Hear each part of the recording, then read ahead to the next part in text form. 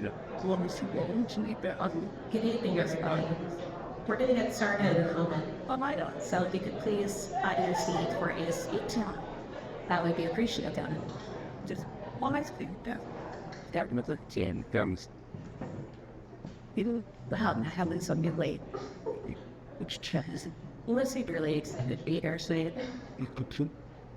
I'm excited to be here today. I'm Raitt. I'm the Executive Director of the Northern Middlesex Council of Governments. And welcome to the ACO and Greater Lowell Ideas to Action Summit. We are so happy to be here tonight. We're very excited to welcome the Secretary of Justice, who was on his way. And so I'm going to pick it off. Make sure that this microphone is not working, guys. Good. Back. So first I want to acknowledge some really wonderful folks who are in the room. We have from the Lowell City Council, we have Besta New, who is waving somewhere waving, possibly, but we welcome him. And also we have State Representative Anna Howard, who is right there waving to us.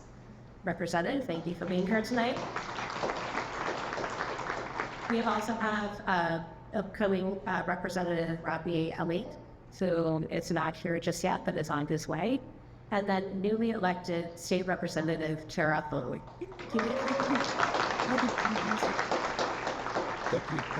Also, we have joining us Virginia Crocker-Timmons, who's on the select board with the Total Study. And I think she's not here just yet, but she will be joining us soon. I also want to note that we're really delighted to have a lot of sponsors for the food that is at the event tonight that many of you are enjoying. Sponsored by Enterprise Bank, Gallagher and Kavanaugh LLP, the Greater Lowell Community Foundation, Jean d'Arc Credit Union, the Nancy L. and Richard K. W. Charitable Foundation, and lastly, Washington State Bank. So with that, I'm going to let you know what we're up to tonight, which is we're starting a little bit late, as you can see, and we will have plenty of time, of course, to get through all of our presentations, as well as the really important dialogue that we look to have at the end that you'll stay for, where we're putting those strategies and thinking about a way to activate. All of this today is about how do we activate to make things happen. We don't want to share, we don't want to go on and on about data and data points necessarily. We want to move into activating. So you're going to hear three presentations. One is, of course, from our secretary, who is Keo, Secretary of Justice. He is the Secretary of the Massachusetts Executive Office of Housing and Livable Communities. Then we are going to hear from three different speakers. Doug Hauge, who is from Massachusetts Taxpayers Foundation. He's going to talk about municipal financial impacts, followed by a conversation about effective communication and engagement with Whitney Demetrius and Sade Ratliff, who are both from the Citizens Housing and Planning Association, known as CHAP. And then, of course, we're going to talk about the implementation. So that is why we are here tonight.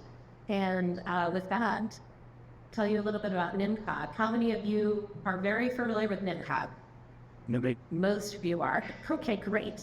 Well, NMCOG is the regional planning agency for Greater Lowell, and these are the communities that we serve, and we serve them every day. We have been for 61 years. We do everything from helping our communities to plan for housing, of course, as well as economic development, better transportation options, improvements to the environment and climate resiliency, GIS and data services, and many host of other types of regional services that we provide. Most of our team is here this evening. If you are on the NMCOG team, please wait and say hello and thank you, because they did an amazing job preparing this room and all of the materials and to help you feel welcomed here this evening. They're also going to be, many of them, will be helping with table facilitation when we get into our discussion mode. I want to particularly thank, though, Kelly Lima, who is Deputy Director of NMCOG, and Bryce Hayes, Chris is our Housing and Economic Development Program Manager. And without the two of them doing the work that they've been doing leading this process, we would not be here this evening. So thank you so much to Kelly and Chris. And I just want to make sure that we recognize you. That is all of the work that you've been doing is what's leading here. First of all, I want to say why are we here tonight? It's obviously because we all care deeply about this topic around housing. It is really a top priority in our region, and a lot of our member communities have told us this. You've probably heard it yourselves, and we really wanted to make sure that we're setting the stage for not just talking about housing and talking about options, but moving into this activation phase. So we're actually about halfway through our planning process. We started this process earlier this year. I see many of you who have been with us the entire time. Through that, we had our first summit. We heard that we needed to really kind of pursue and proceed with the following values I wanted. The first was to take a holistic approach that integrates housing, climate, and transportation.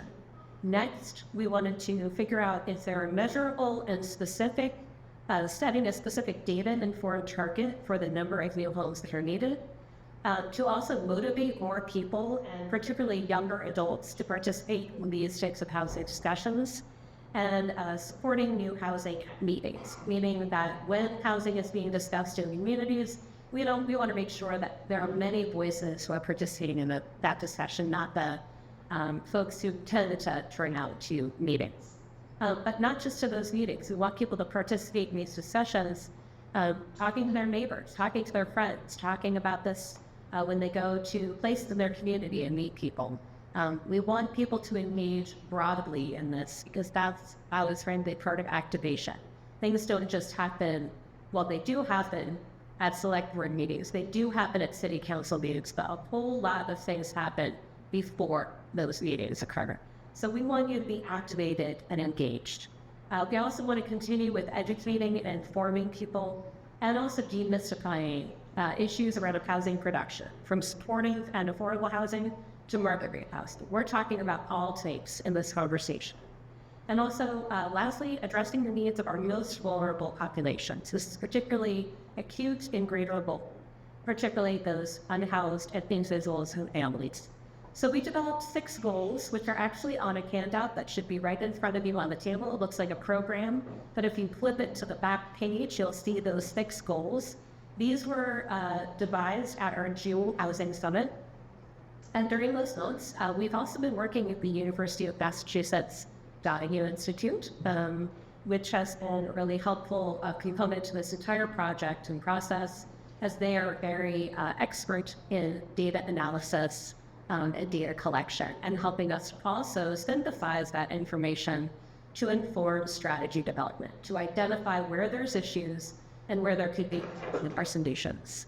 Additionally, we've been engaging people in more detailed ways to get stories and to better understand those personal stories. The drafting of the strategies is something that we've been doing based on the summits that we've had previously, based on the work from UODI, based on the stories that we've heard, and the conversations that we've had with many of you in this room. And so that is what's going to be provided later on, where we want your feedback to firm up those strategies as we move forward. But you will have to choose just one goal and one table to talk about that. Of course, this is not the last step in the process. We were actually just, gratefully, we were awarded for our phase 2 of this project. And we're very proud to announce that we just received the funding for phase 2 for the Executive Office of Housing in the Lowell communities. That's going to take place over the course of 2025, and beginning with implementation of the strategies that we're going to be finalizing over the winter. So that's why we're so thankful that you're going to help us tonight to start digging into all of that. So tonight, the meeting objectives that we're having are first to cultivate a shared commitment. We've had this from the beginning. A shared commitment means that you're in this room because you care about the issue, and you care about it so much that you're ready to work with your neighbors on it.